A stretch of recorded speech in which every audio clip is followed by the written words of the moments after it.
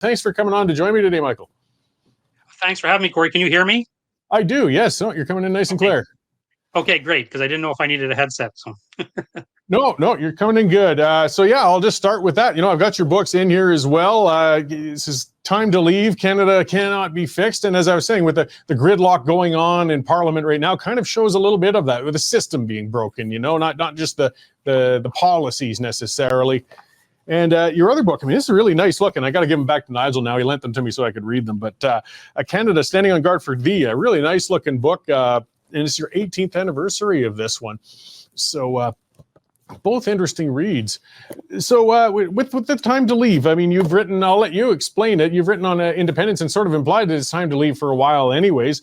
What's new in this one to make the case a little better to people? Yeah, well, I wrote my book, No Other Option, in 2021 as to present my case for independence. I'd written a history of the Alberta independence movement in 2009 called Alberta Separatism Then and Now, but that wasn't an advocacy book so much, at least not explicitly, more subtly. So in 2021, I wrote No Other Option to make the explicit case for Alberta independence. And I found a lot of people were sympathetic, but so many people would say to me, Alberta should become independent, but first we need to try to reform Canada. And well, after we've tried to reform Canada, if that doesn't work, then we'll try to become independent. But for me, that was a frustrating argument, because so much of our history for the last 40 or 50 years has showed how we have tried to reform Canada, and it didn't work. And we've tried everything reasonable so far. And so, I wasn't expecting to write another book advocating Alberta independence, but I really had to counter the argument that we still need to try to reform Canada, because there are many things I talk about in Time to Leave in more detail than in No Other Option that show we've tried to reform Canada. And the two biggest ways in which we tried to do that was, number one, the Reform Party, and number two, Senate reform. And we started on Senate reform, by late 1970s. So there are things that we worked on that many good Albertans worked on for many, many years. And they were not successful. And so I'm saying, we have tried to reform Canada.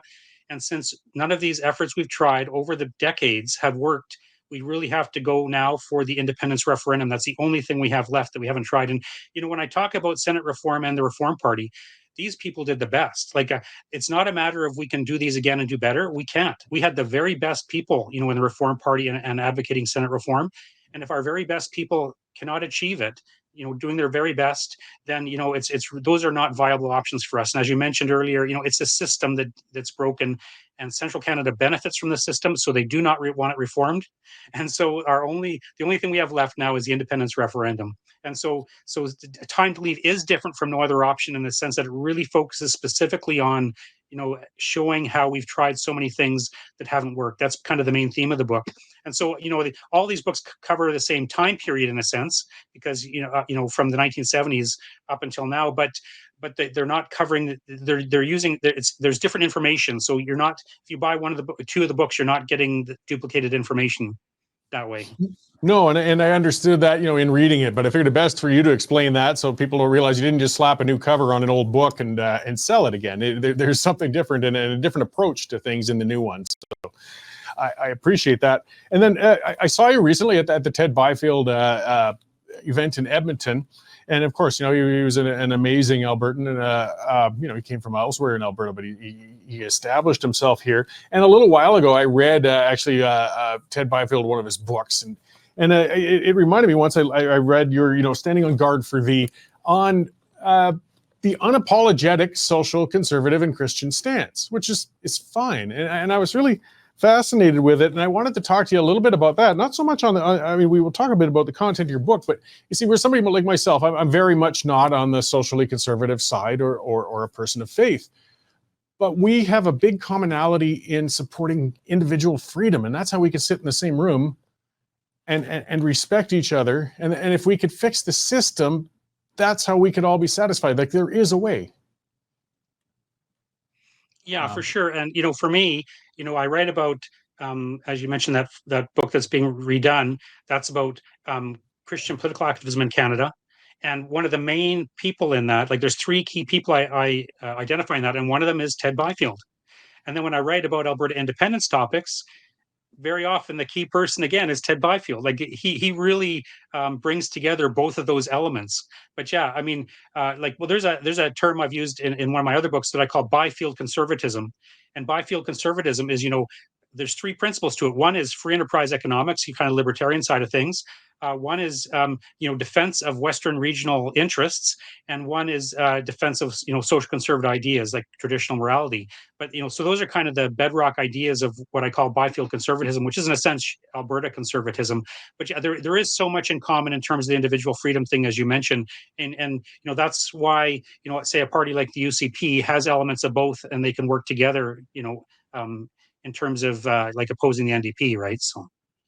Yeah, and I mean, I think that the common enemy we always have is authoritarianism. Whether it's right or left, if it's too far, then we can't stay in the room. Then we start fighting with each other, and that's how we start spinning our wheels. I saw just today yet another one of those common type of court challenges. There's down in the States, it's been going for years. I guess somebody had demanded I think it was in Colorado, a trans cake, a cake, to celebrate his transition to a new gender.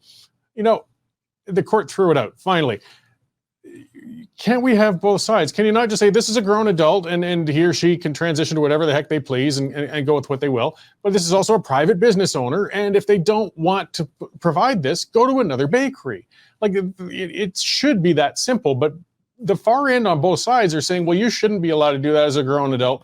And the other side is saying you shouldn't be allowed to do that as an independent business owner. And I think both are wrong.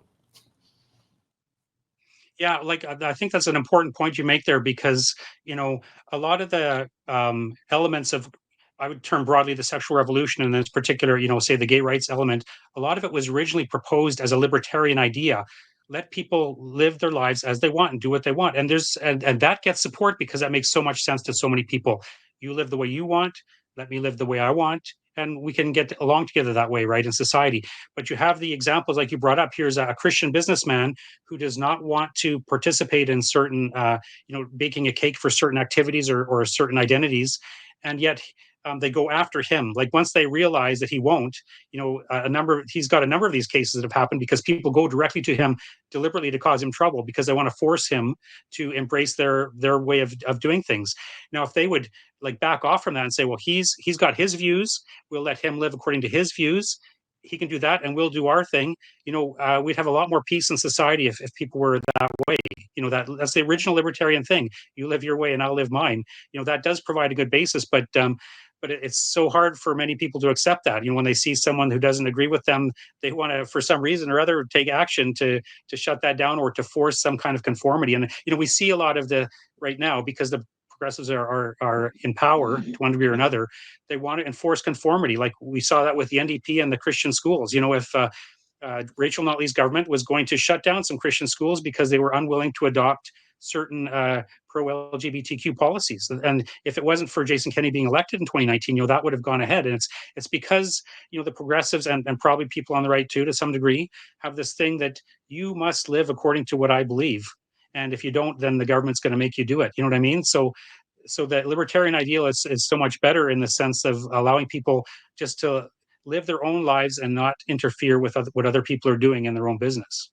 Well, yeah, and school choice, I mean, it's such an integral part of the whole thing because I think that's where a lot of people, they have their different views. They want their children educated with values that they share. And right now, they're not leaving the public system to be a generic then reading, writing, and arithmetic institution. They're putting in woke values into these institutions that a lot of parents differ with. People should have the choice then to put their children into a different place. And that shouldn't be controversial. But it is, unfortunately. I mean, what's wrong with a Christian school? If you don't like it, don't go there. But do you talk? I don't believe so. But I mean, a voucher system. These are the things we could explore with a new system. Like we could really bring about some things where we can allow those freedoms and choice. Yeah, well, actually, this is one of the areas of lots of interest to me, even though it's not in the Standing on Guard for Thee book. The idea of education, because my wife and I, we've home educated right from the very beginning. Like we've been firmly in that, and so in graduate school, actually, my area of expertise was on school choice in Alberta to some degree. So this is a very important issue.